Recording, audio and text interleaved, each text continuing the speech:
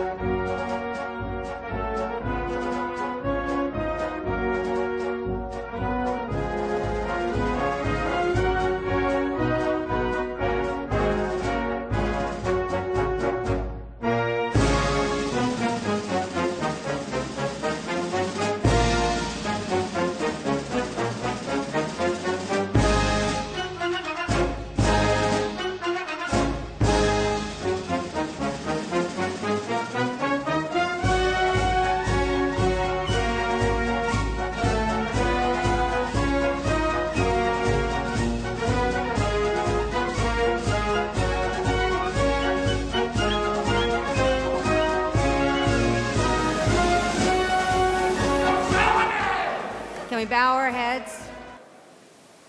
Dear Lord, we gather together here today to pray for our current leaders in office, as well as our new public servants, forging new campaigns for our benefit. We ask that with your guiding hands, they may be ever mindful of and remain true to your principles, and to serve as beacons of your great light as a guide for us all. Give them the strength to persevere and succeed, and to help our great nation prosper. And for all of us too, dear Lord, we pray. Teach us to be generous. Teach us to serve you as you deserve, to give and not to count the cost, to fight and not to heed the wounds, to toil and not to seek for rest, to labor and not to ask for reward, save that of knowing we are doing your will. In Jesus' name we pray, amen.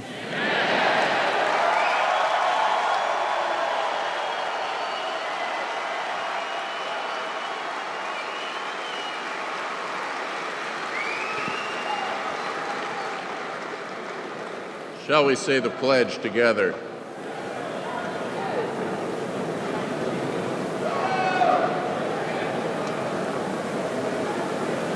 I pledge allegiance to the flag of America and to the republic for which it stands, one nation, under God, indivisible, with liberty and justice for all.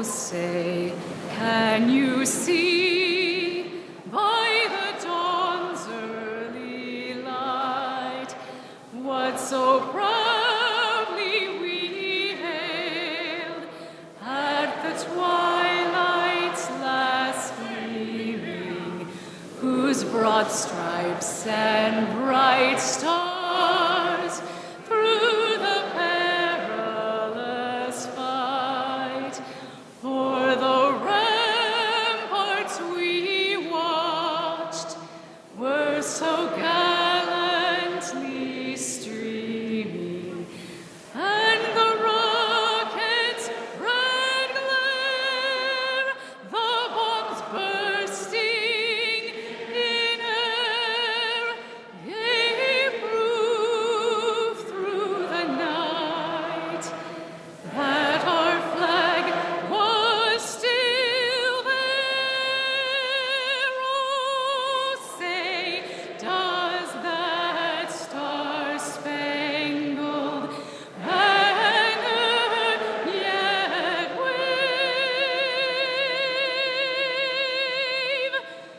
o'er the land of the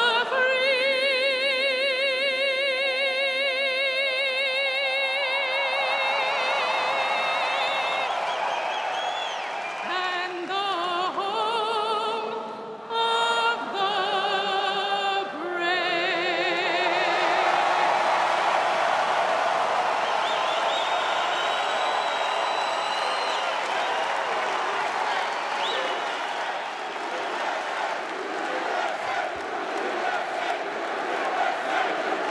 Ladies and gentlemen, please welcome the chairman of the Indiana Republican Party, Kyle Hupfer.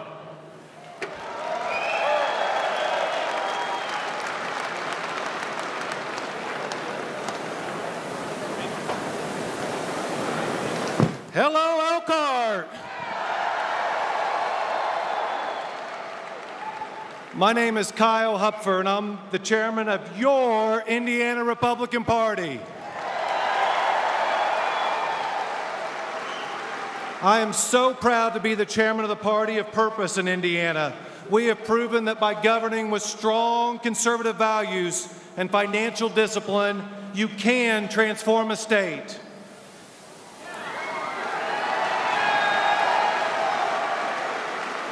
Indiana has gone from a $2 billion deficit to a $2 billion surplus under Republican leadership.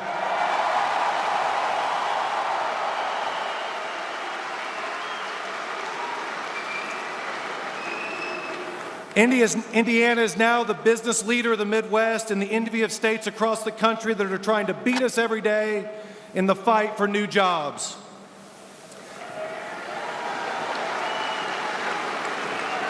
A big reason is the leaders that you all have elected to carry the Republican flag.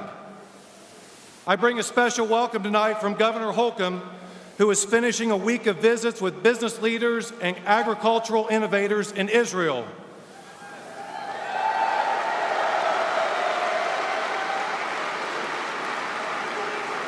Governor Holcomb is taking products to the world from Indiana and bringing the world's jobs back to Indiana.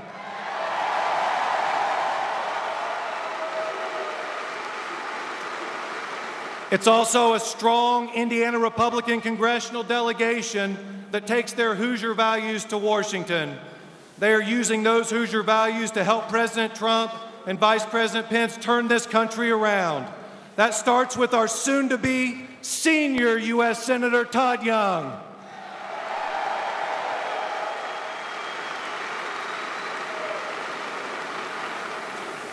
And of course, all of you know better than anyone the level of Hoosier influence in Washington. You are represented by one of the strongest members in the House, Jackie Walorski.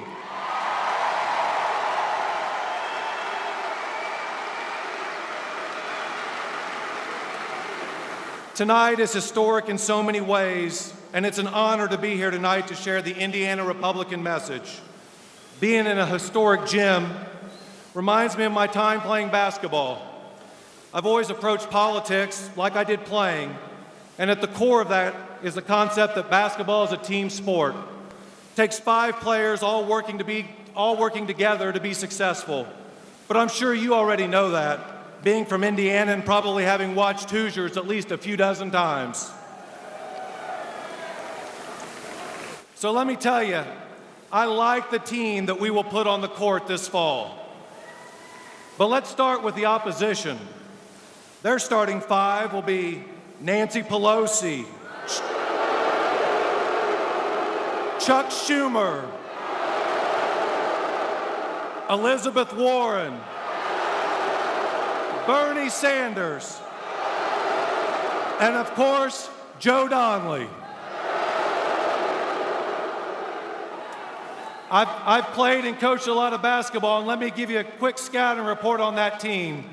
They all tend to like to go to their left, way, way, way to their left.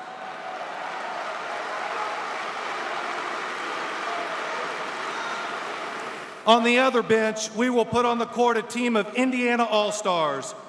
At the top of that team will be President Trump.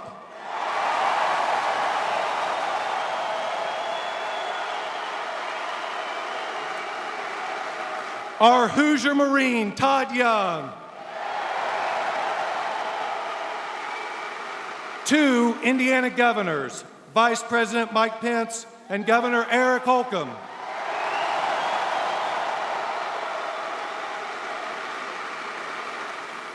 And the newest member of the team, our Republican nominee for the United States Senate, Mike Braun.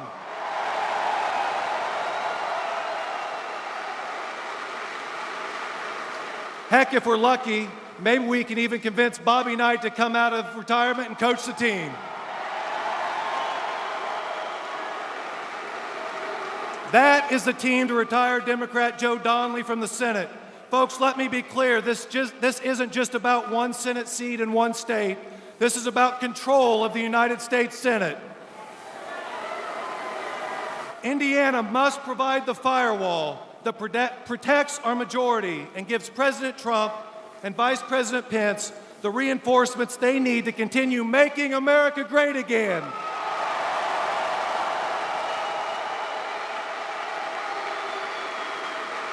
And let's face it, we can't take another 6 years of Democrat Joe Donnelly. He votes with Chuck Schumer 85% of the time and Bernie Sanders 80% of the time. The only difference between Democrat Donnelly and Bernie is that Bernie actually admits he's a socialist. Voting with Chuck and Bernie over 80% of the time isn't supporting Hoosier values. It's giving in to his DC liberal party bosses. We need a fighter. We need an outsider. We need someone who has built a successful career in the real world. Sounds an awful lot like President Trump, doesn't it?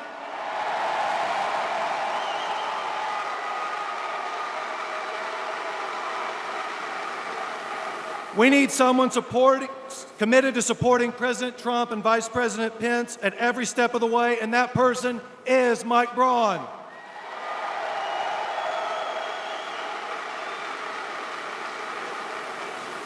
So no matter who you voted for on Tuesday, I ask you tonight to embrace our nominee, Mike Braun, come together as we sprint to November with one goal in mind: defeating Democrat Joe Donnelly.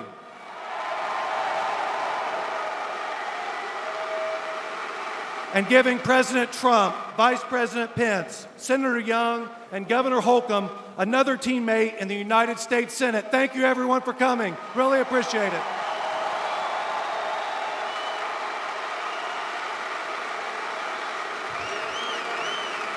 Ladies and gentlemen, welcome Attorney General Curtis Hill.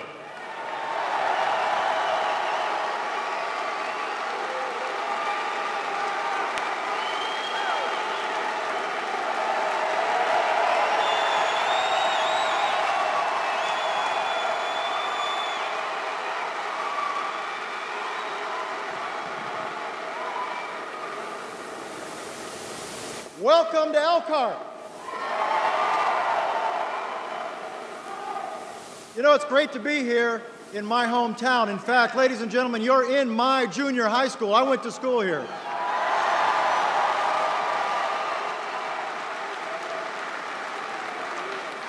In fact, I grew up 1 mile away from here where my mom still lives today.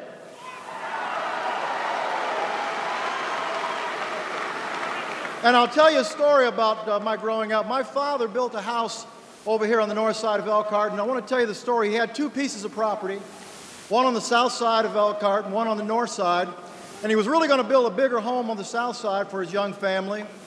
But the neighbors on the north side got together and said, in no uncertain terms, was my father nor his family welcome in that neighborhood. My father was at that meeting, and it was at that meeting where he determined he was going to build his home where my mom still lives to this very day.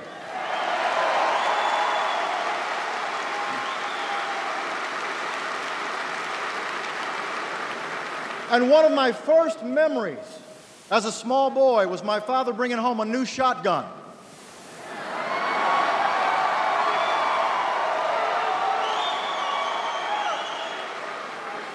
He brought this shotgun home because the night before, our home had been bombed by some of those same neighbors. But the device malfunctioned and we were fine, but the message was clear. But my father stood his ground and would not let anyone stand in the way of his American dream.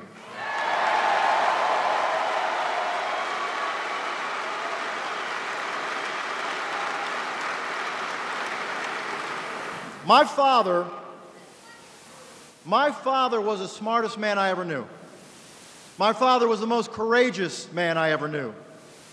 My father was my hero. And I often think, what would little boys in America be like if every little boy could say, my father is my hero?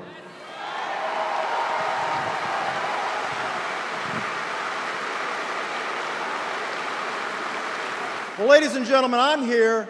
You're here because we are all believers in the same thing. We believe in America. We believe in the faith of America.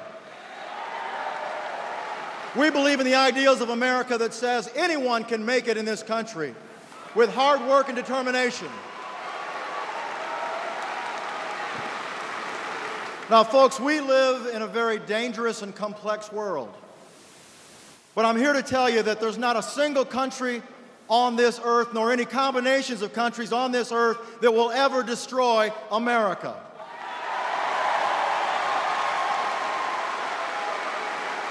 But if America is to be destroyed, it will be from within on policies that get away from making America first.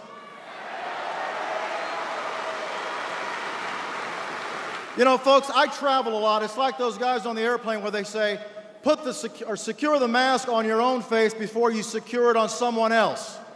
That's what we need to do in America. We need to make ourselves strong so that we're prepared to take on the challenges of the rest of the world.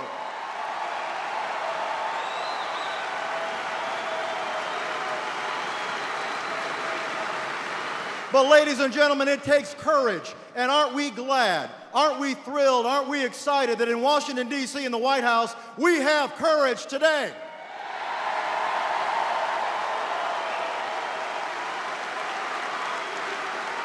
We have the courage to stare down North Korea. We have the courage to stand up to Iran. We have the courage to stand with Israel.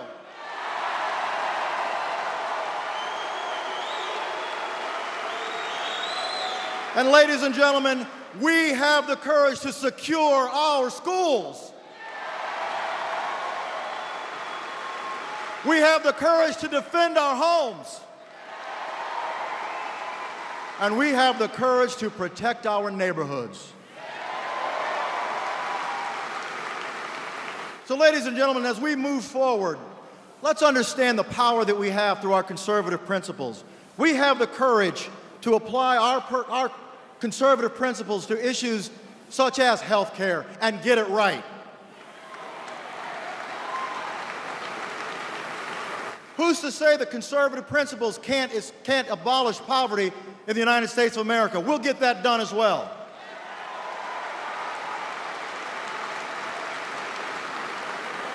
And the Democrats think they have a hold on the environment. I'm sorry. We believe in a clean planet. We believe in doing it in conservative, principled ways.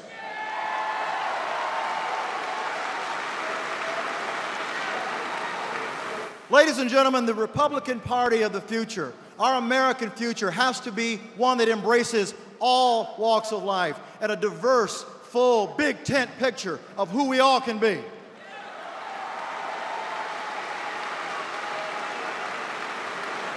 I'm very proud and pleased to be a part of that leadership and a part of that change. And ladies and gentlemen, we need to make America great again.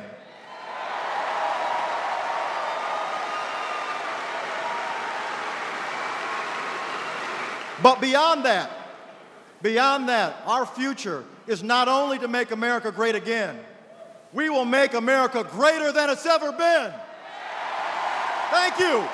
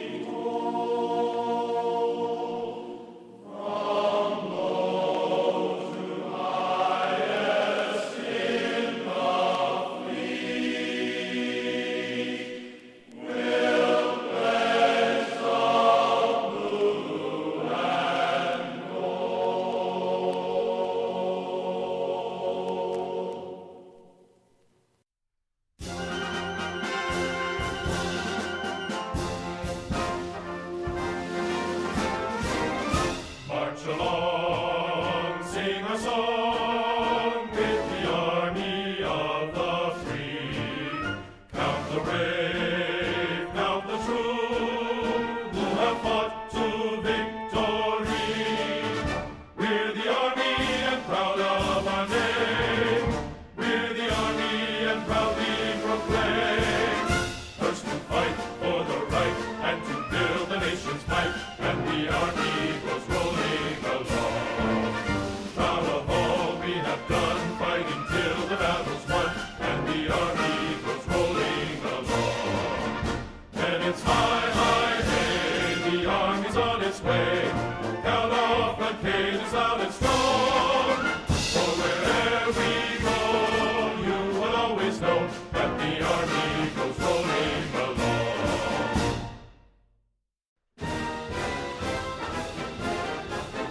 First to fight for the right and to build the nation's might, and the army goes rolling along. Proud of all we have done, fighting till the battle's won, and the army goes rolling along. And it's high, high, hey, the army's on its way. Count off the games on its run. For wherever we go, you will always know that the army goes rolling along.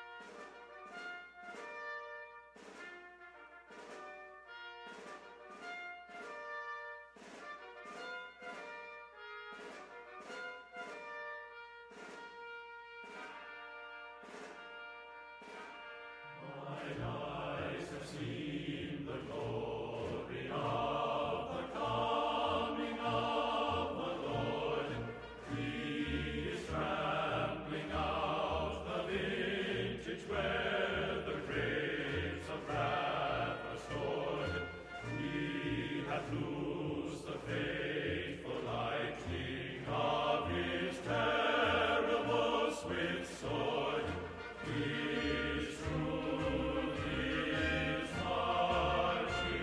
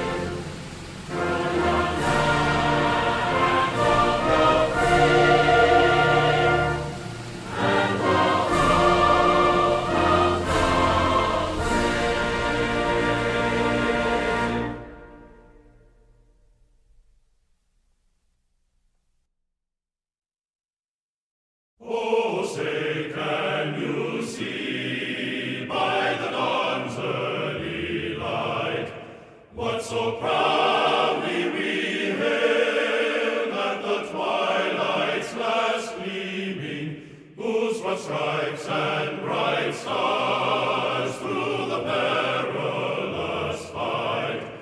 For the ramparts we watched were so gallantly streaming, and the rockets' red glare, the bombs bursting in air, gave proof through the night that our flag was still there. Oh, say does that star-spangled banner yet wave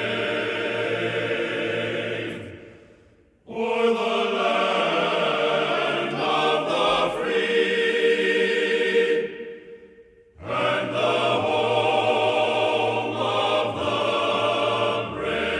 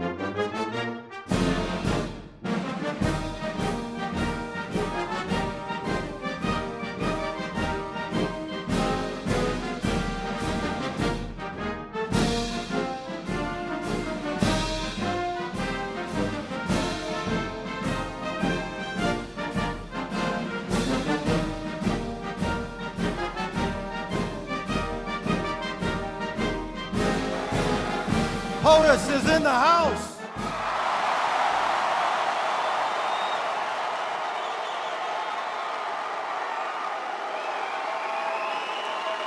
Fellow neighbors in north central Indiana, when the president won in 2016, the first decision that he made was who to choose as his running mate.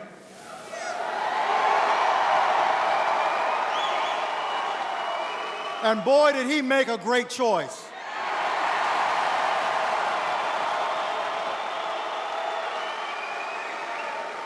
He was looking for a man of courage and conviction.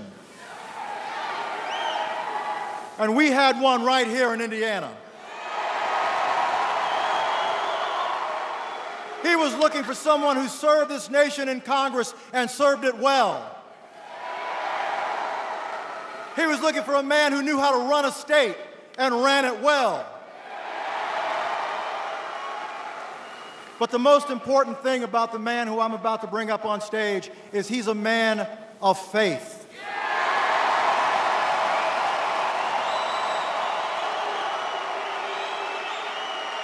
Mike Pence has the courage to tell you he stands with God always. And today that takes courage. And he's got that courage. Ladies and gentlemen, it is my honor to welcome to our hometown, Elkhart, Indiana, the Vice President of the United States and the Second Lady, Mike and Karen Pence.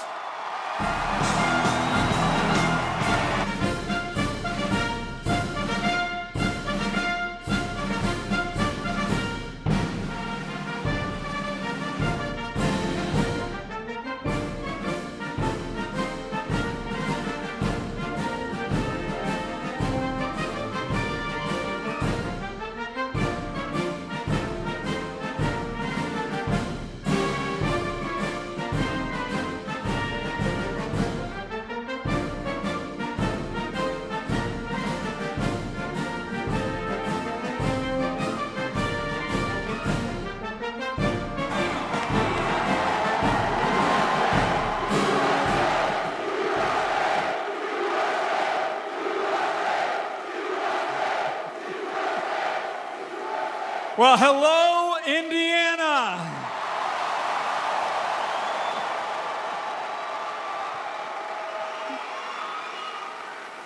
It is great for Karen and me to be back home again.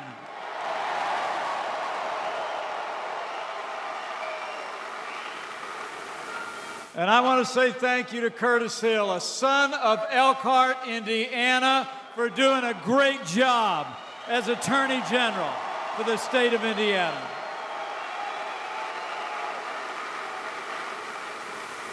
And it really is great. It is really great to be here with a friend of mine.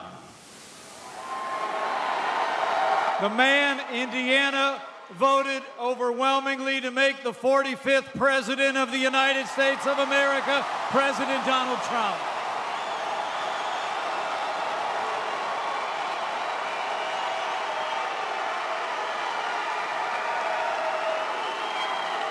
You know, I'm here today because I stand with President Trump. And I'm here because we stand with all the great conservative leaders from Indiana who've supported our agenda, like Senator Todd Young, Congresswoman Jackie Walorski, Congressman Larry Bouchon, Jim Banks, and Congressman Todd Rokita. Give them all a big round of applause, will you?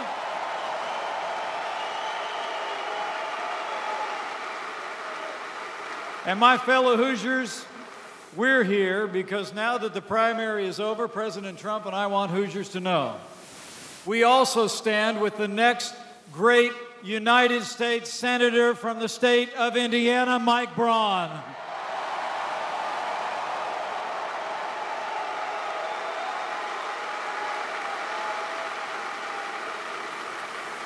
You know, it's the greatest privilege of my life to serve as Vice President to President Trump. He's a man of his word. He's a man of action. And how about all the action this week?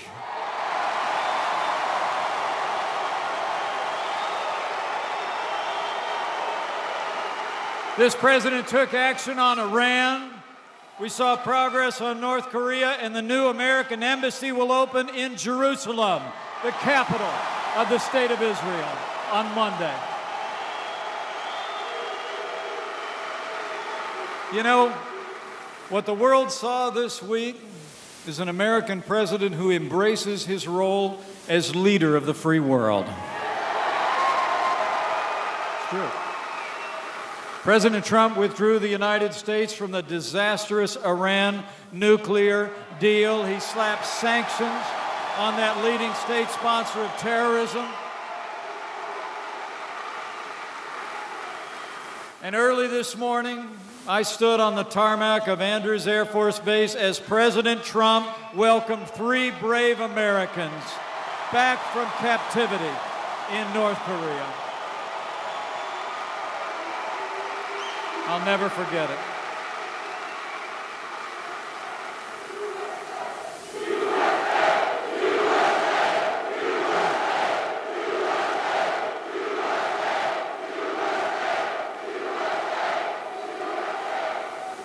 It was humbling for me to be there. And it never would have happened without the strong, clear, resolute leadership of President Donald Trump on the world stage.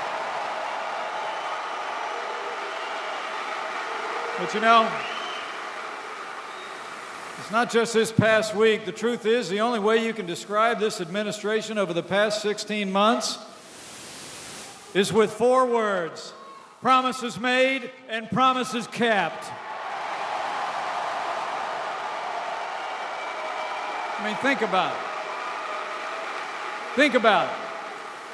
President Trump promised to rebuild our military, restore the arsenal of democracy, and not long ago, he signed the largest investment in our national defense since the days of Ronald Reagan.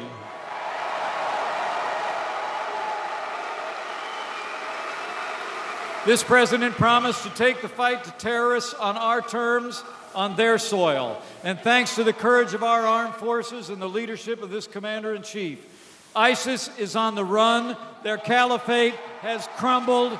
U.S. coalition just captured 5 of their most wanted, and we will soon drive them out of existence once and for all.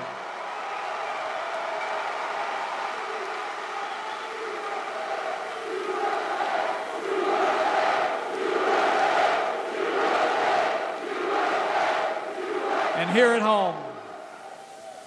at home, President Trump promised to stand with those who serve on the thin blue line of law enforcement. And every day of this administration, we have worked to give our law enforcement personnel the resources, the tools, and the respect that they deserve every single day.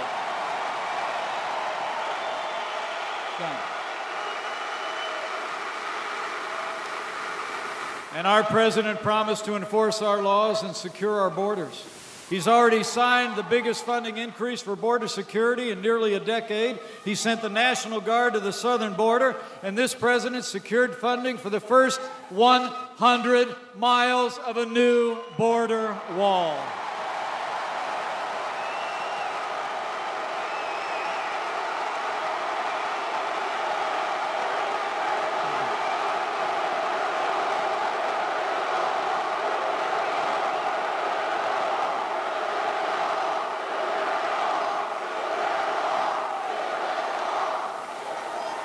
I'll promise you, when it comes to that wall, we're going to build it all.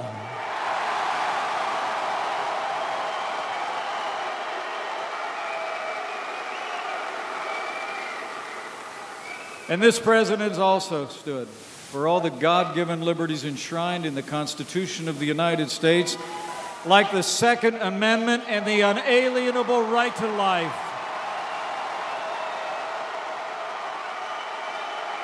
He promised to appoint strong conservatives to our federal courts at every level. And last year, President Trump set a record for the most Court of Appeals judges confirmed in a single year, and he put Justice Neil Gorsuch on the Supreme Court of the United States. It's been promises made and promises kept, my fellow Hoosiers. And since day one, this president's also been keeping his promise to get this economy moving again. He promised to roll back the heavy hand of government. President Trump has signed more laws cutting federal red tape than any president in American history.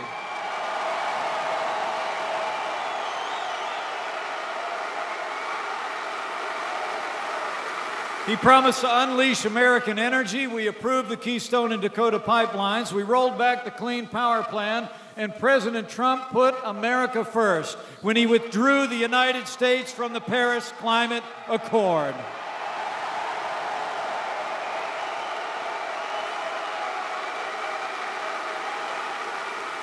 And this president promised to crack down on unfair trade practices. And I can tell you, President Trump's been fighting every day for trade deals that are free, fair, and reciprocal, and put American jobs and American workers first. And finally, our president promised to cut taxes across the board. And with the strong support of every Republican in Congress from Indiana, President Donald Trump signed the largest tax cuts and tax reform in American history. It's promises made and promises kept.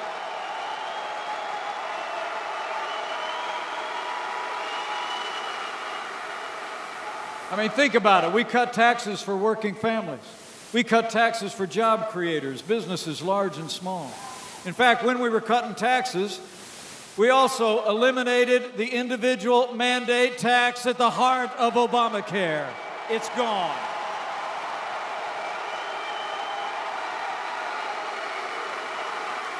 And President Trump's leadership has been making a difference here in Indiana and all across the country every day.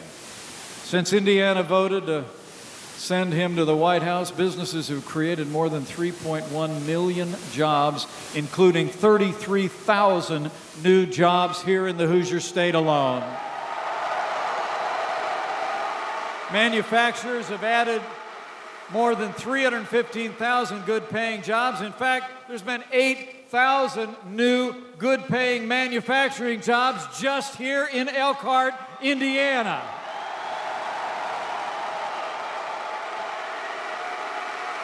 I mean, the unemployment rate hasn't been this low since the year 2000, and in fact, Elkhart County has the 5th lowest unemployment rate in America.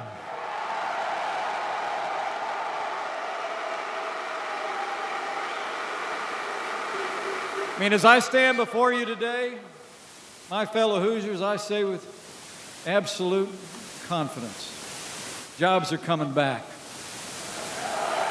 Confidence is back. And under President Donald Trump, America is back. And we're just getting started.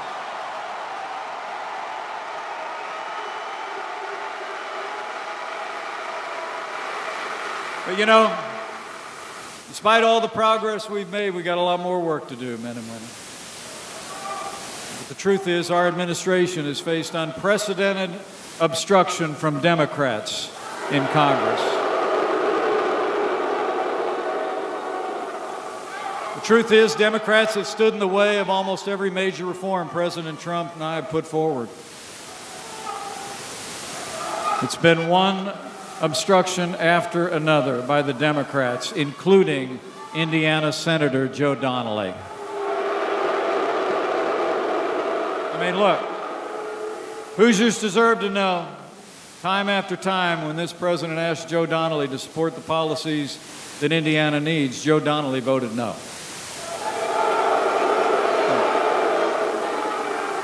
When the time came to cut your taxes, Joe voted no. When the time came to repeal and replace the disaster of Obamacare, Joe voted no. When the time came to empower Indiana to defund Planned Parenthood, Joe voted no. You know, Joe's even thinking of voting no on Gina Haspel to be the director of the CIA, despite the fact Gina Haspel is an American patriot. It's been endorsed by CIA directors from both parties, including Indiana's own former Senator Evan Bayh. I don't know about the rest of you, but I think Indiana deserves better.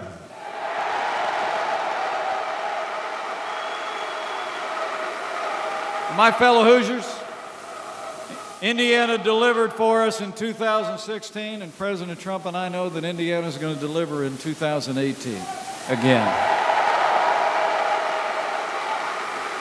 When we re-elect strong conservative leaders in Congress like Jackie Walorski, Larry Bouchon, and Jim Banks, when we elect new leaders in Congress like Jim Baird and a fellow named Greg Pence,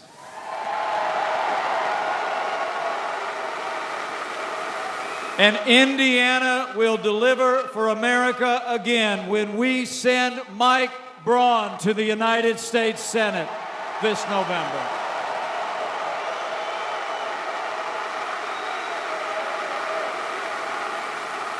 Mike Braun is a job creator. He built his business right here in the Hoosier State. He's a conservative who I've known for a lot of years. I know he's going to bring Indiana values to our nation's capital. And when Indiana elects him, I know Mike Braun will stand up for Hoosiers, and Mike Braun will stand with President Donald Trump.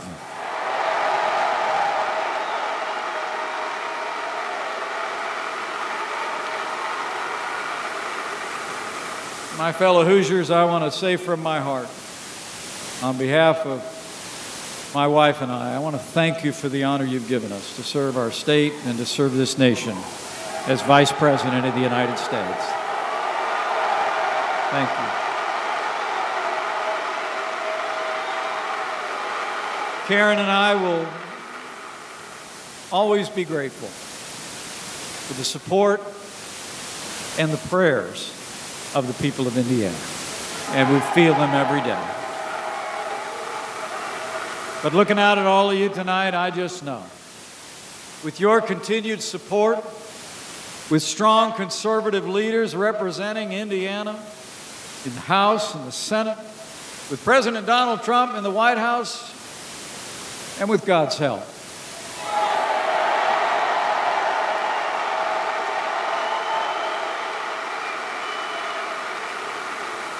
we will make America prosperous again.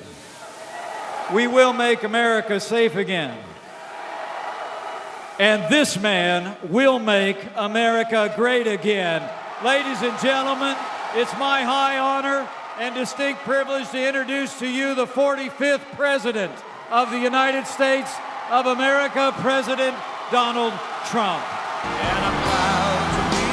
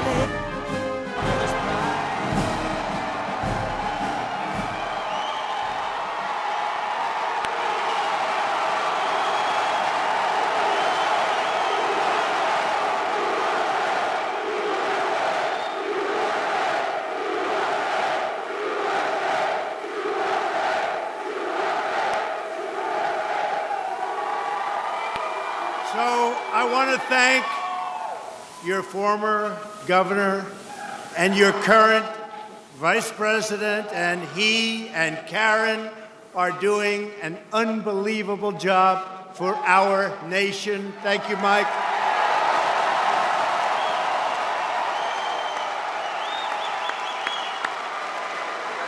You're making Indiana proud, And we are all making America proud. We are rocking. We are rocking.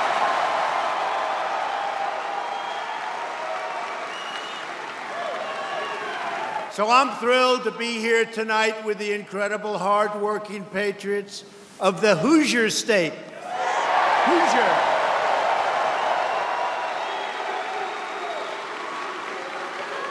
And I don't know if you see what's going on outside, but you have a lot of people outside that want to get in, but they're not getting in because this place is packed. This place is packed.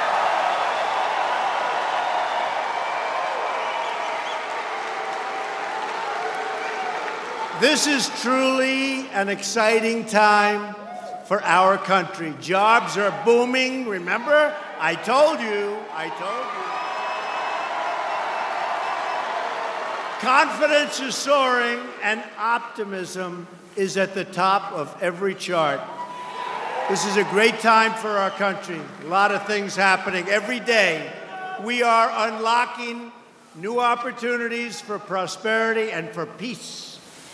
All of these changes are happening because America is being respected again.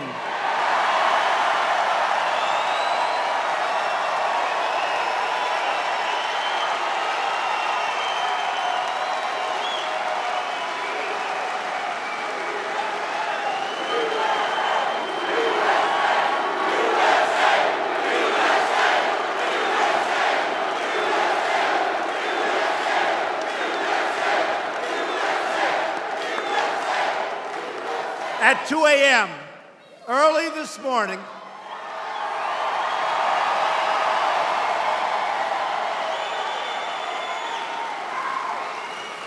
and by the way, I got back to the White House at 4:30 a.m., and somebody said, "Oh, that's okay.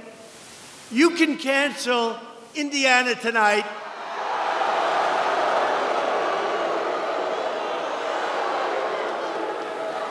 And I said, "You just don't know the people of Indiana. I don't have the courage to cancel."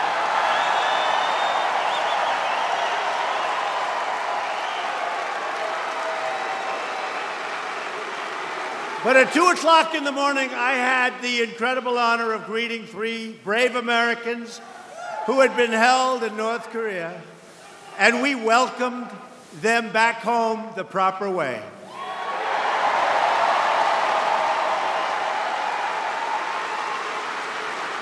And on June 12th, in Singapore, I'll be meeting with Kim Jong-un to pursue a future of peace and security for the world, for the whole world.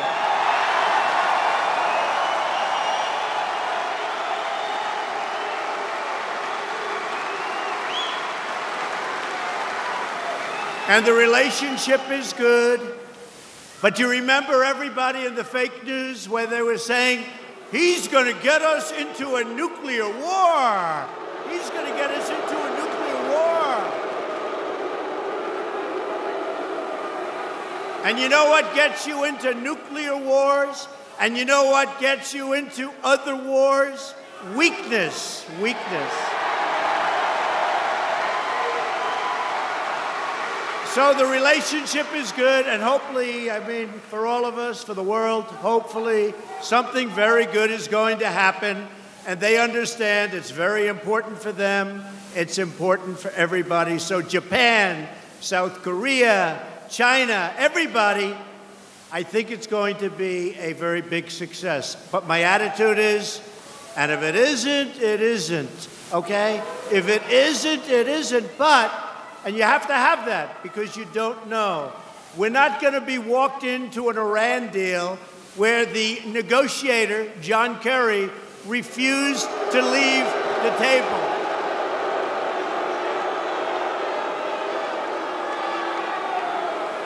What a deal. What a deal. But here at home, the great news keeps rolling in. 3.3 million new jobs since election.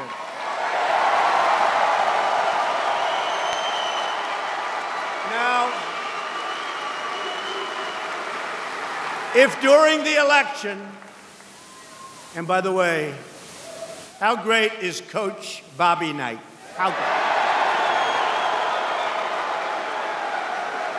Oh, we love our coach. Remember, he came in? He called me before I was running. I didn't know him. They said, Bobby Knight's on the phone. I said, what does he want with me?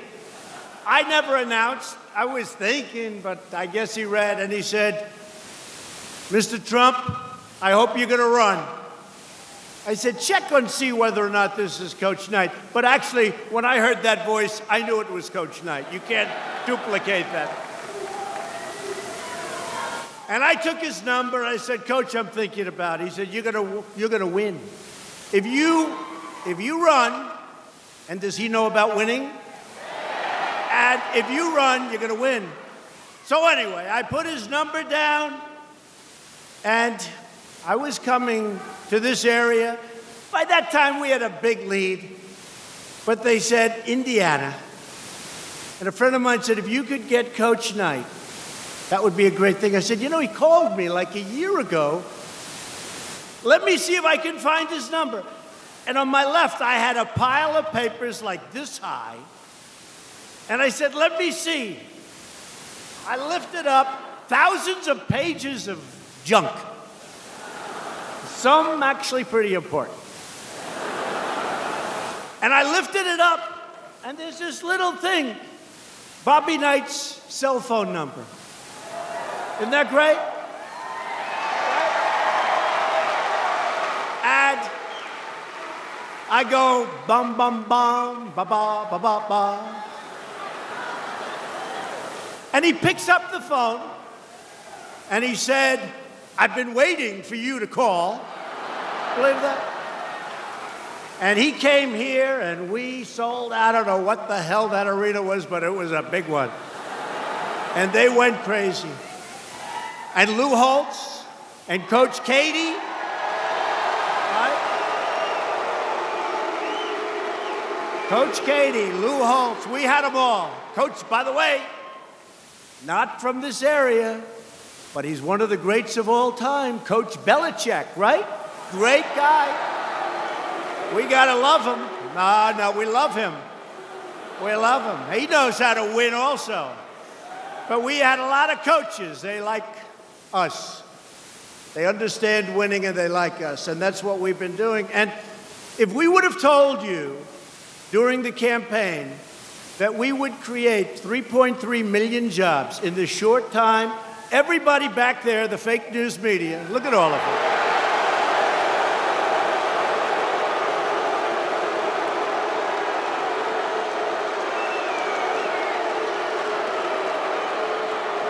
They're fake news. Everybody back there would have said, can you imagine? He's saying we're going to create 3.3 million. Can you believe it? We would have been, but you know what? We understand. We understand. And today, in the history of our country, just came out, right? We have the most jobs available in the history of our country. Just came out. I like that. We like that.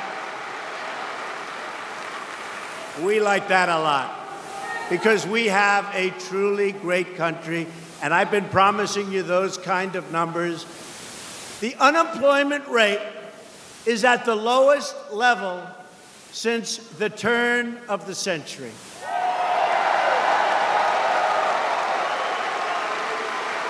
African American unemployment has reached the lowest level in the history of our country.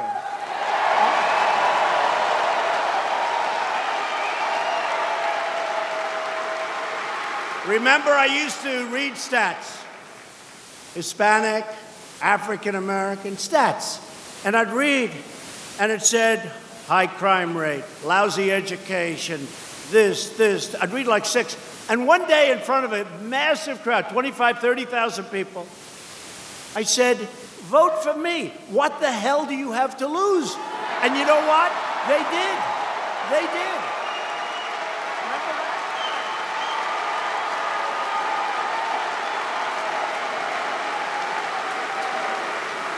And my people all said, oh, that was not nice. I said, it's true. Because the Democrats, who are just obstructionists, that's all they can do. The Democrats have had a lock on the Hispanic vote, and they've had a lock on the African American vote. No longer. No longer.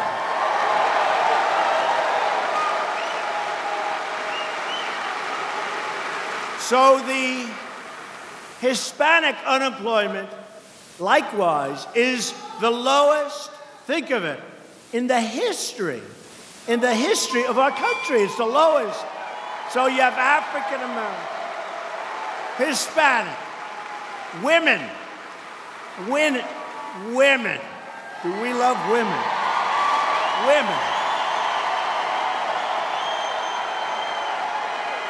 The lowest unemployment rate in 18 years. I'm sorry we didn't make it in history, but we're catching it. It'll soon happen. I'm disappointed with that. Can you imagine? My most disappointing stat is women. It's the lowest unemployment rate in 18 years because all of the others are history. But I have a feeling the women will soon be history too because that's what's happening. And all of the great momentum that we're having as a country on jobs, on safety, on security, on our military, it's all at stake in November. You know, I don't think we've ever done better as a country. Certainly the economy and lots of other things. Look at all those beautiful red hats. Those beautiful red hats. Lift them up. Boy, oh boy. And I like the white ones too. Make America great again. Lift those whites up there. But it can disappear quickly. You know, what we did was unprecedented in the history of our country, really in the history of the world, what we did with this election. And the strides that we're making have never, ever been made like this before. But it can also disappear if you put fools and if you put the wrong people in. It can disappear. I mean, Nancy Pelosi said yesterday,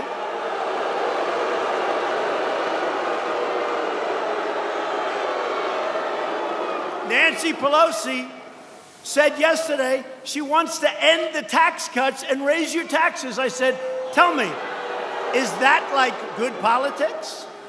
You know, it's not about politics, but think of that from a political standpoint. I don't think her party was too happy. But you know what? That's her thought. That's what they want to do. They want to raise your taxes, end your tax cuts. They want to have open borders where everyone flies into our country. That's not happening. So this week, you nominated an incredible slate of Republican candidates, many of whom I know. And you have to work every day between now and November to elect more Republicans so that we continue making America great again. And by the way, this is the first for Indiana. Our new slogan for 2020, you know what it is? Keep America great.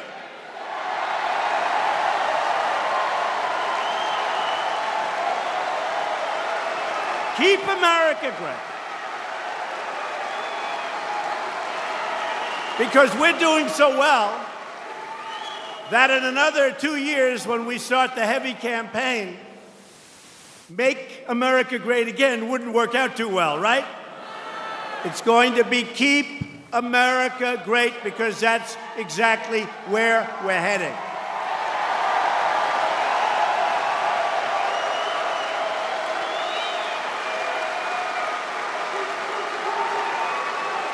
But don't tell anybody. I don't want anybody to know. We want to save that for a surprise. But I do like that. And you know what I paid for that slogan?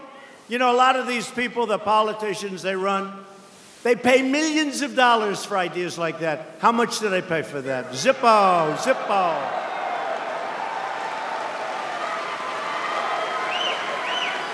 And I have great respect for the process, but in all fairness, Obama, President Obama,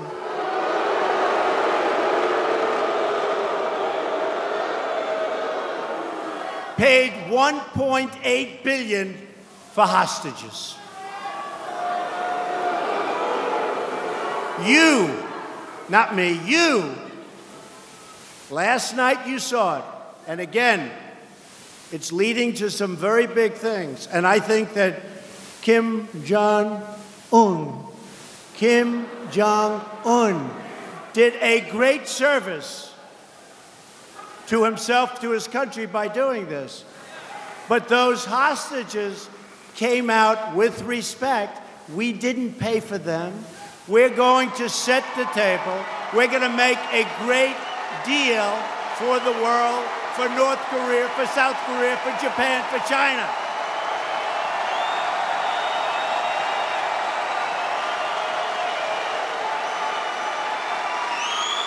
So what he did was the right thing. But they came out for nothing. And the others came out for $1.8 billion in cash. Can you believe that?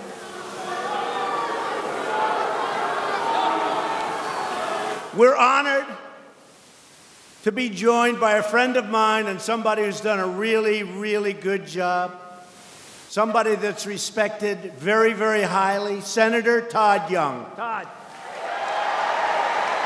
Where's Todd?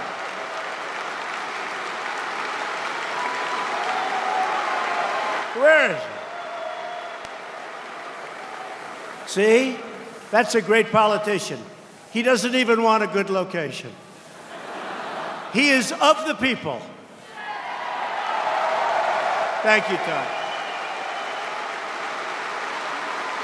We also welcome the largest vote winner in Indiana history, except for Trump.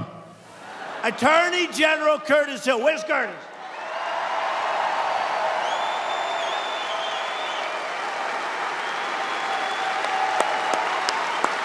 Good man. He's done a great job.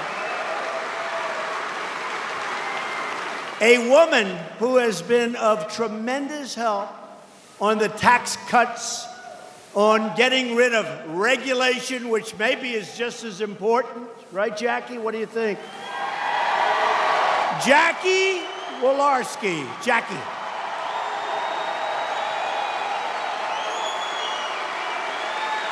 Done a great job. And some congressmen who have been incredible. Larry Bouchon. Where's Larry? Larry, great job. Congressman Jim Banks. By the way, somebody that just fought an incredible campaign, a really good guy, and I'm not sure I would have been here. You know, we're talking 2 days ago. Very effective, a terrific man, Congressman Todd Rokita.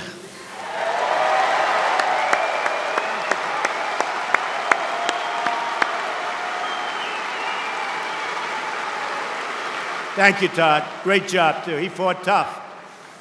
They all fought tough. That was a tough race. But we have somebody here who won that race, but we'll talk about him in a second. Let me also congratulate two of our new Republican nominees for Congress. First, a proud Army veteran who earned 2 Purple Hearts, Jim Baird. Jim's going to really do well. Jim. Great, Jim. And second, a man that I know Mike has been rooting for a long time. I'll tell you, Mike loves his brother, who won by a very big margin. I don't know, was that a bigger margin than Mike Pence won by? I don't know, Mike. That was a big margin. Greg Pence. Greg.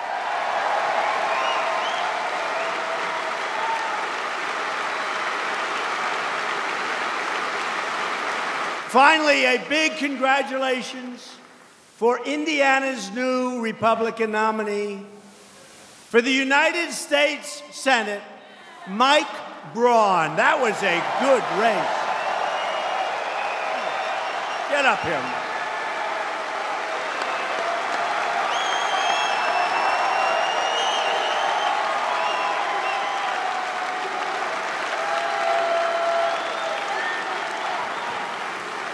How about we let Mike for a second interrupt my speech? Is that okay? Come on, Mike. Great job.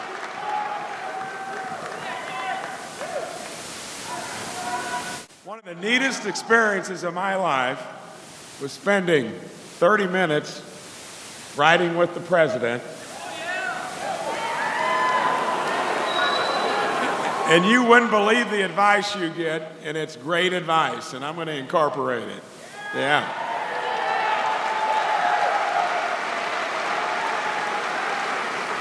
You know, when I started this journey almost a year ago, I traveled the state, spent a lot of time in the north, and wanted to make sure this was going to end up with a good result. Would not have done it if I wasn't inspired by what this man did in 2016.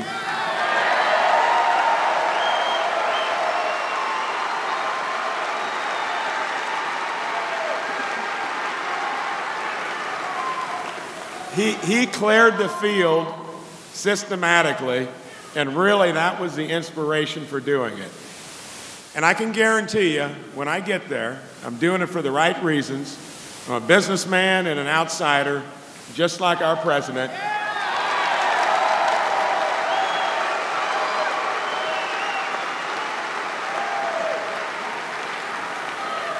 And you can count on me to be a true reinforcement and the guy that is going to retire Joe Donnelly. Thank you.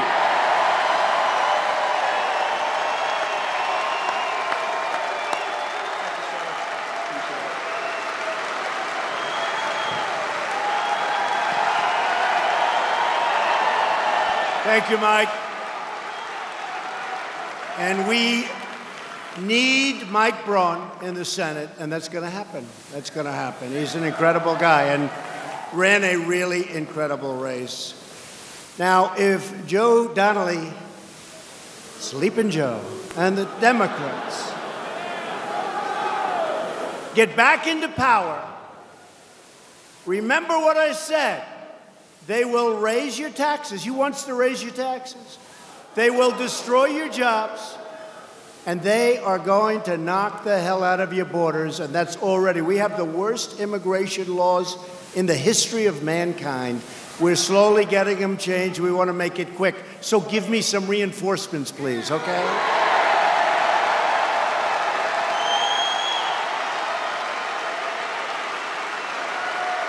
Last week, as an example, the deputy chair of the Democratic National Committee, Congressman Keith Ellison, you know him? Marched in a parade wearing a T-shirt that read, he was very proud of it, "I do not believe in borders."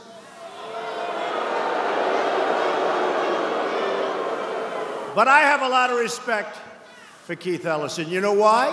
Does everyone know why? So when I announced on June 16th, he was being interviewed by George Stephanopoulos on ABC. And in the interview, this was a couple of days after I announced, and Keith Ellison said, "You know he's going to win, don't you?" True. Right, Mike? He's true. He said, "You know he's going to win."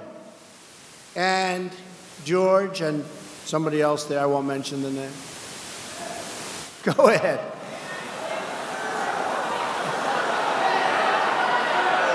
They smiled a little bit, respectfully. But Keith Ellison, he said he is going to win. And essentially, he was sort of indicating, and there's nothing you're going to be able to do, and that's what we did. So, in one sense, I have to respect him. He said he's going to win. So you can never dislike a guy like that, can we? But they've got a big problem. A vote for a Democrat in November is a vote for those borders, and we have to do something strong. We are going to build the wall. We are already starting the wall.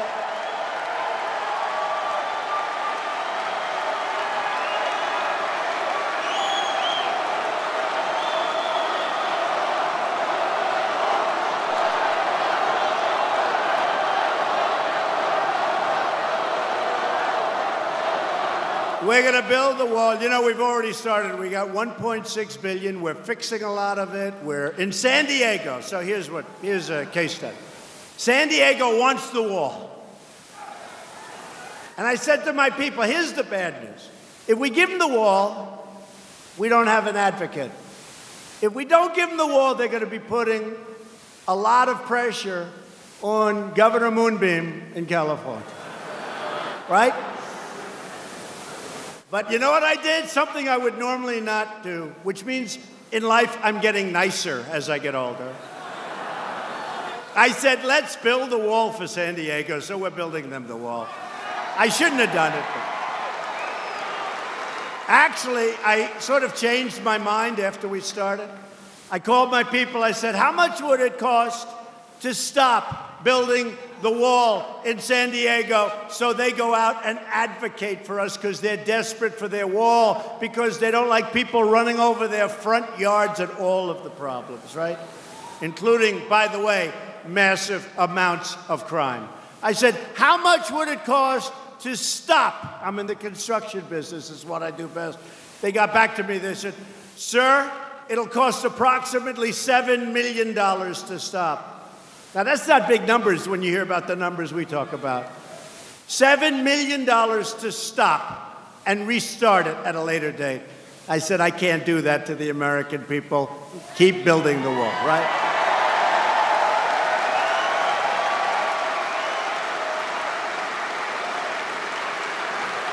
So we're building the wall, but we're getting it all done. We're going to get rid of catch and release. We're going to get rid of the lottery system. We're going to go eventually, when I get the votes, I need Republicans, we're going to go eventually to a merit-based system of immigration. Merit. You come in on merit.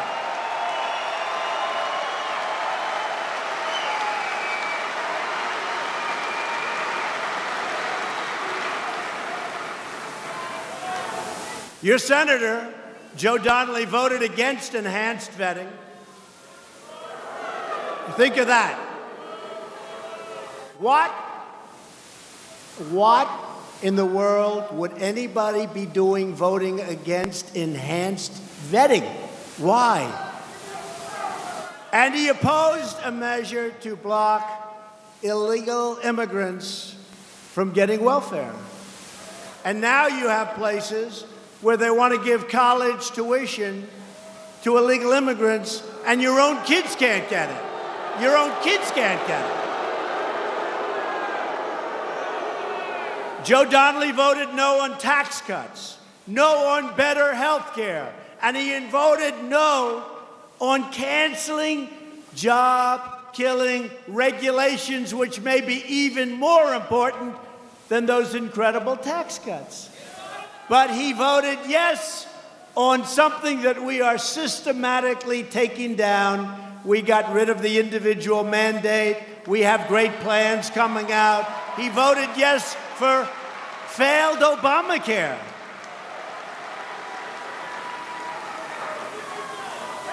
And we're doing everything to keep those premiums down. But it's a failed experiment, Obamacare.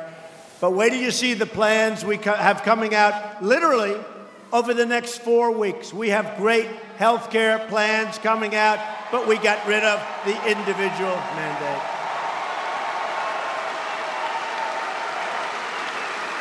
Joe Donnelly will do whatever Chuck Schumer and Nancy Pelosi tell him what to do. They don't ask him. They don't ask him. They tell him. They don't say, will you? They say, Joe, this is the way you're going to vote. Mike Braun will be a great, great representative of the people of Indiana. Mike Braun is a winner. Great businessman, by the way. Very successful businessman. Mike Braun will fight for the values that bind us all together as Americans.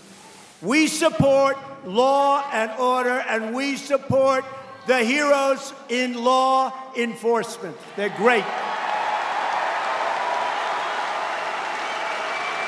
They're great.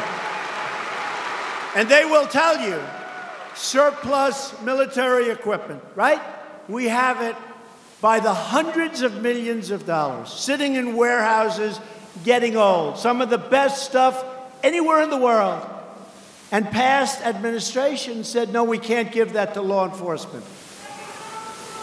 Someday somebody's going to explain why, but I sort of get it. But it's not a good reason. It's about a 1% reason. We have a 99%. That equipment is being transferred all over the United States to our police and our law enforcement professionals.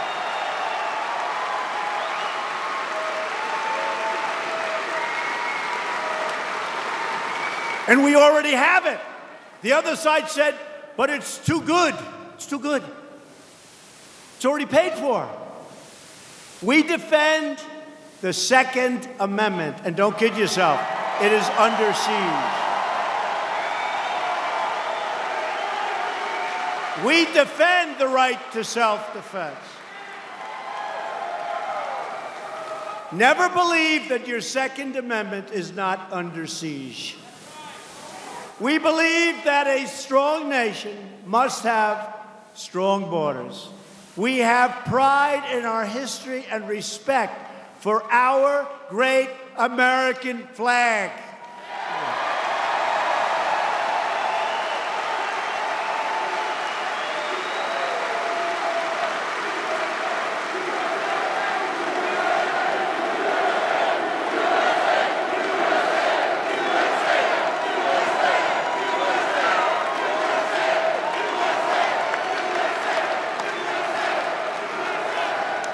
And we put our large, beautiful hands on our hearts for the Pledge of Allegiance, right?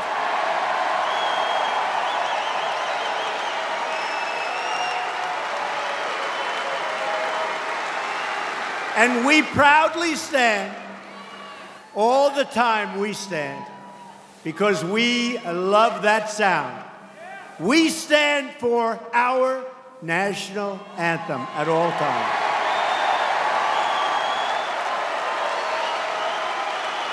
But if we're going to defend our values, we need people in Washington who share our values.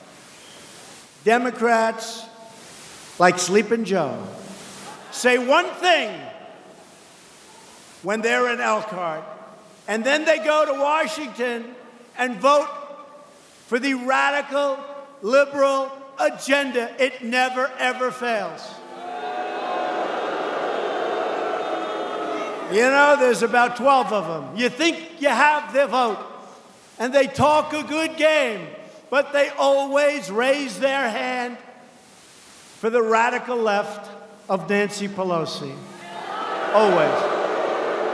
The Center for Effective Lawmaking named Joe Donnelly the least effective Democrat lawmaker in the United States Senate.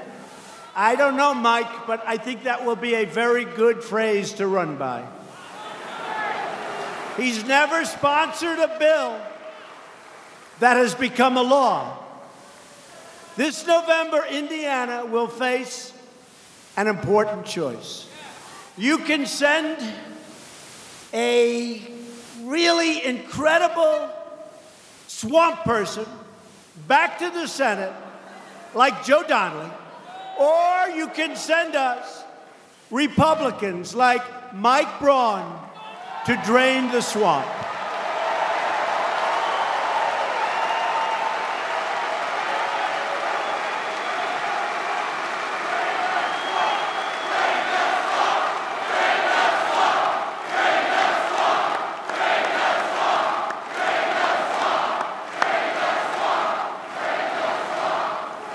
Under my administration, we're fighting against the lobbyists, the special interests, and the corrupt Washington politics. After years of rebuilding foreign countries, of which a lot of people partake in the cost of rebuilding those foreign countries, we are finally rebuilding our country.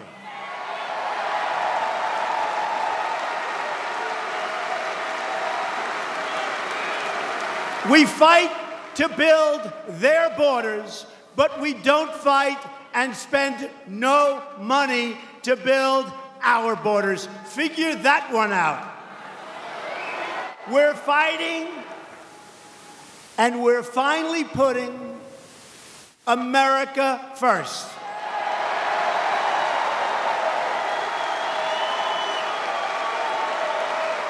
And remember, the last time I did this, and this started 2.5 years ago when I just started, people were not saying Merry Christmas anymore. The big store chains weren't saying Merry Christmas, Merry Christmas. They weren't doing it. They weren't saying Merry Christmas. Now they're saying Merry Christmas again.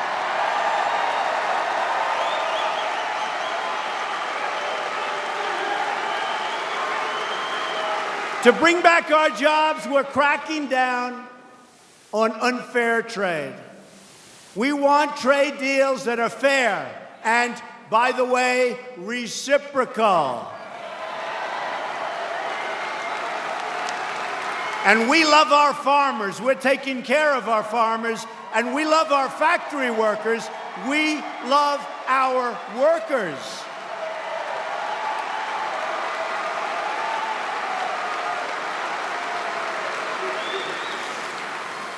For decades, American presidents responded to foreign cheating on trade. Cheating.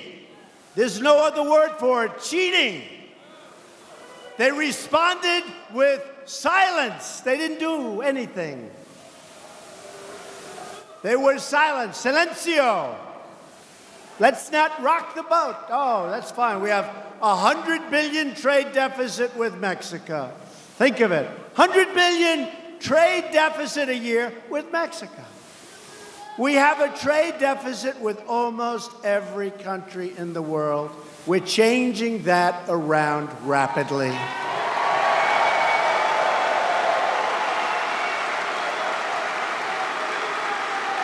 We racked up trillions of dollars in trade deficits, also known as losses, while other countries stole our factories, stole our plants, stole our wealth, and stole our jobs. But America's long silence is over. And you see what's happening. Car companies are coming back into the United States. They're moving back in. Chrysler just announced. Japan is building big ones. We're expanding our plants. And I put tariffs on steel, and I put tariffs on aluminum. And United States Steel just announced that they're expanding their factories and they're building plants, and we're going to start making steel and aluminum again.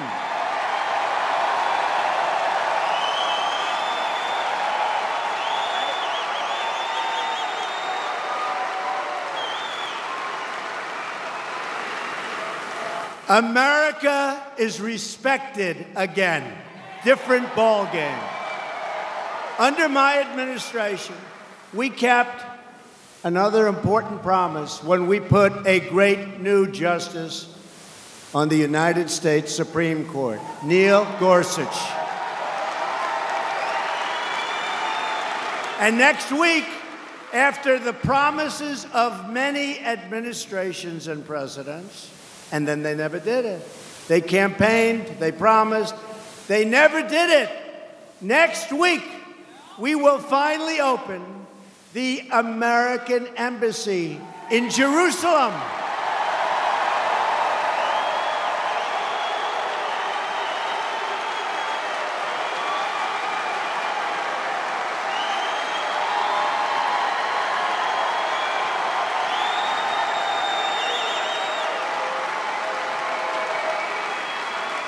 And I put one of my friends as the ambassador to Israel, David Friedman. A good choice is right. One of the great lawyers of our country, made a lot of money as a lawyer. But he loves Israel. He loves the United States, but he loves Israel. And they walked up to my desk about 3 months ago, right after I did it, because I said, let's go, we want to build fast. So they walk up to my desk, and they give me this beautiful folder, and I'm supposed to sign. I said, what is this? And I'm half signed. They said, sir, we're building an embassy in Jerusalem, sir. I said, how much? Something other presidents don't ask, but that's okay. They said, I kid you not, they said, sir, $1 billion. I said, $1 billion? You know what $1 billion is? You have a beautiful house that costs you about $50,000, right, to build. Hopefully it's worth a lot more than that. But that's what it costs. So I said, $1 billion? Yes, sir. We're looking for a site now. We're going to spend a lot of money on a site. Everyone's going to get rich on the embassy. So I called David. I'd stopped signing, by the way. I had Donald, D-O-N-A-L-D, and then it was like dead. Boom. And then, I don't know if they still have it. Beautiful paper, very official looking. And then, all of a sudden, I stopped, never got to the T. And I started putting X's because I was afraid that somebody could say it was my signature. And I call up our ambassador. And I said, David, this is crazy. I said, we're going to build our embassy in Jerusalem. But they want $1 billion. They're going to look for sites. Don't we have a site? He said, yeah, we have the best site. We already own it. And we have a building on the site. And I could take that building that's on the site, Mr. President, and I could take a corner of that building, a big, beautiful corner, and for $150,000, I can fix it. It'll be so beautiful. The location's better. It's set back, which is good for safety. And I can build it for $150,000. Think of that. Think of it.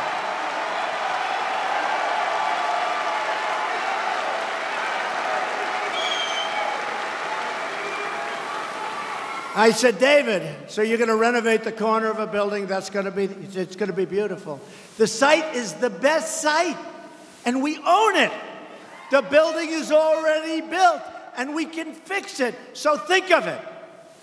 We have government wanting to build $1 billion in a site that would never be as good or as safe, because this is a big site, big setbacks. They want setbacks for safety. Makes sense. So I said, David, you can do that from $1 billion to 150. You know what? Spend $200,000 or $300,000. That's okay too. Now think of it. And the reason I was very cognizant, because I was supposed to cut the ribbon of the new embassy in London. You know that, sir. So we have the best piece of property in all of London. It's our embassy. And someone between the Bush administration and the Obama administration. They say Bush started it, but Obama could have stopped it. But let's say the two administrations, what they did is they said, wow, this is a great piece of property. We've been offered a lot of money, like 200 or 250 million. And what we'll do, because we're such great businessmen, what we're going to do is we're going to sell this best piece of property in London by far. By the way, literally, it's if you know New York, 5th Avenue and 57th Street. Now, I happen to have a building there, so, but that is the best one. The Tiffany location. It's the Tiffany location. It's the best location, and it's a big location, and it's the best embassy location we have in the whole portfolio. But somebody said, what a great deal. We're going to sell that for, I think, $250. So let's say to a wealthy person, and they're going to rip it down, they're going to build a hotel or do something. And we sold this thing for $250. Now, everybody in this room, because you're from Indiana, you understand life. You would say, okay, good, now you're going to build a new one for $50 million, you're going to have $200 million left over, you're going to have a nice embassy, that's, okay, but it didn't work that way in government. So they sold the embassy for like around $250 million. They then went out and bought a terrible piece of land in a lousy location. And they just opened a new embassy in a bad location for $1.2 billion. What a great deal. What a great deal. So 3 months ago, I was supposed to go over to cut the ribbon on the new embassy. But I couldn't do it. I said, I'm not doing it. I won't do it. Does that make sense? I'm not going to do it. So I did. Think of that story. Isn't that a sad story? So much. I could give you 50 of those stories. It's all the same. It's all the same. I could give you so many. But just remember, when you see that embassy, oh, here's the other thing with the embassy. The new embassy, I said, when is it going to be open? They said, anywhere from 5 to 10 years. So I said, unless they give me an extension for the presidency.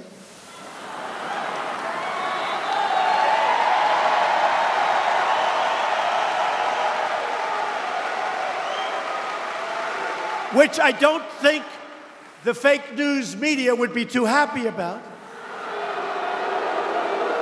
Wait. Actually, they would be happy, because when I'm not here, their ratings are going to sink, so they'll probably be very happy. So they said from 5 to 10 years. Now, you know when they say from 5 to 10 years, that means probably 15 or 20 years, right?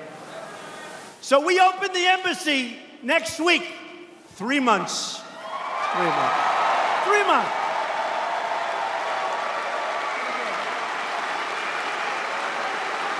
Oh, I could tell you so many of those stories, but I won't tell you anymore. We have to save some. We only have about 1,000 left. Among the many grave national security blunders of the previous administration, one of the world's worst was the disastrous Iran nuclear deal.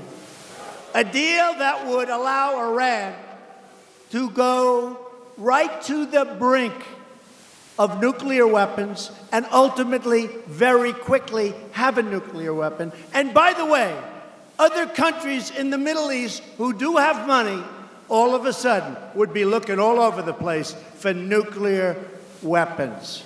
That was going to force a disaster.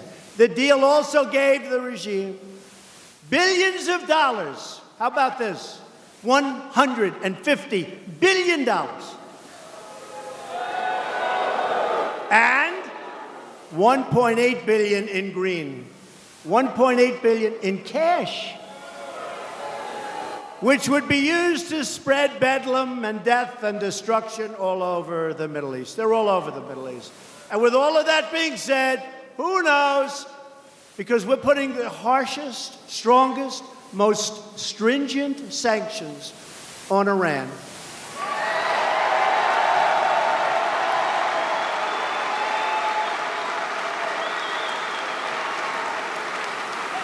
And I hope to be able to make a deal with them. A good deal, a fair deal, a good deal for them, better for them, better for them. But we cannot allow them to have nuclear weapons. We must be able to go to a site and check that site. We have to be able to go into their military bases to see whether or not they're cheating. Now, of course, we're all sure they're not cheating, but just in case. The Iran deal was one of the most embarrassing agreements the United States has ever entered into. You remember the 10 sailors who were humiliated in front of the world for no reason whatsoever. But once again, Democrat Joe Donnelly served his liberal handlers in Washington, not the great people of Indiana that I know so well. He voted to save the deal 4 times.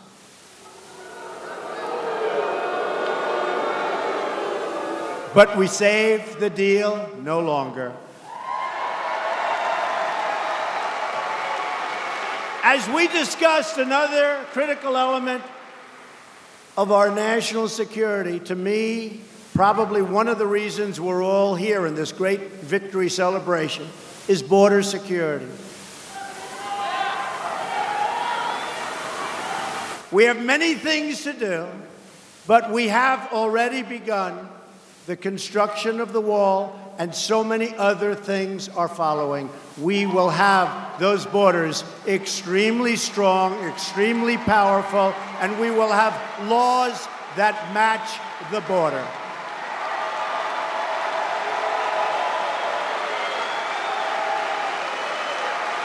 So if you think about it, the Democrats, they're weak on borders, weak on our military. We have, and the last deal, I had to do it. Our military was depleted. When did we need military more than we need great military right now? We got $700 billion to rebuild our military. It will be stronger than ever before.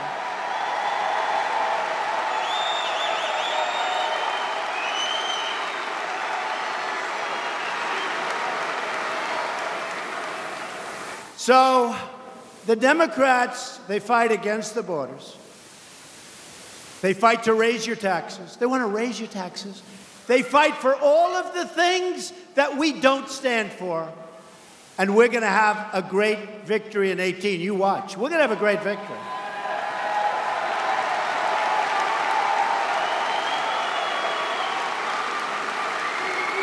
History shows that when you win the presidency, 2 years later, the party, for whatever reason, like 90% of the time, the party that wins the presidency loses on the midterms.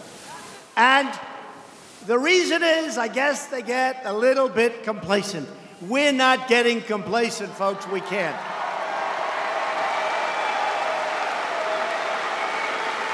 If we elect more Republicans, we can truly deliver for all of our citizens. We're going to keep the promises anyway, whether we do or whether we don't. I'm going to keep that. We have delivered, and it was said by one of these gentlemen, we have delivered, one of the only times ever, more than we promised. I have delivered more than I promised, if you think about it. We will lift millions of Americans from welfare to work, from dependence to independence, and from poverty to prosperity. We will put new steel into the spine of our country. And by the way, it will now be American-made steel. And we will breathe new hope into our communities. We will do it all with American hands, American grit, and American pride. Loyal citizens like you helped to build this country, and together we are taking back our great and beautiful country, returning power to everyday American people. These are the greatest of all people.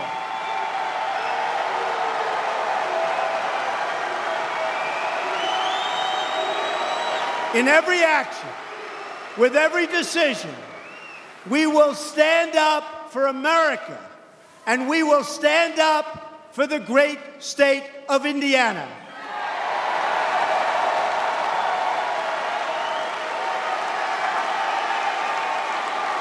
This is the state where generations of American patriots and pioneers plowed the fields, carved the wilderness, and worked the factories of the great American Midwest. No place like it. It's the state that gave us Notre Dame football, Hoosier basketball, and the legendary Indy 500. With your help this November, Indiana will inspire our country again. No dream is beyond our reach. Our ancestors braved the oceans. They tamed the frontiers, put down the railroads, those beautiful railroads, built up the highways, and dug out the great Panama Canal. We are the nation that won 2 world wars.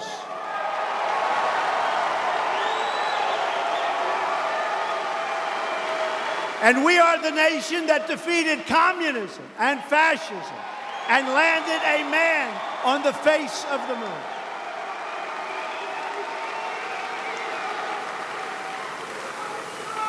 And always remember, we have picked up in wealth trillions and trillions of dollars for our country since our election, not my election, our election. And our economy, people forget, our economy is almost twice the size of any other economy of any other nation in the world. Remember that. People forget. People forget. People forget. We're not going to let them forget. As long as we are proud of who we are and what we are fighting for, we will never, ever fail. With your help, your voice, and with your vote, we will win. We will achieve victory for our country, victory for our children, and victory for this magnificent land that we all love, because we are Americans and our hearts bleed red, white, and blue.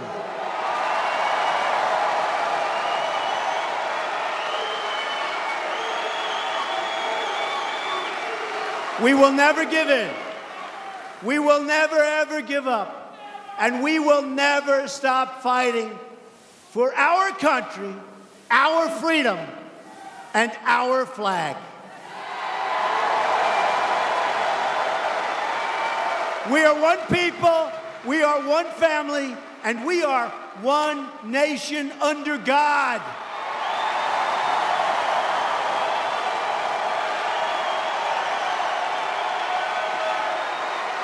And together we will make America wealthy again. We will make America strong again. We will make America safe again. And we will make America great again. Thank you, Indiana. We love you. Thank you. God bless you. Thank you.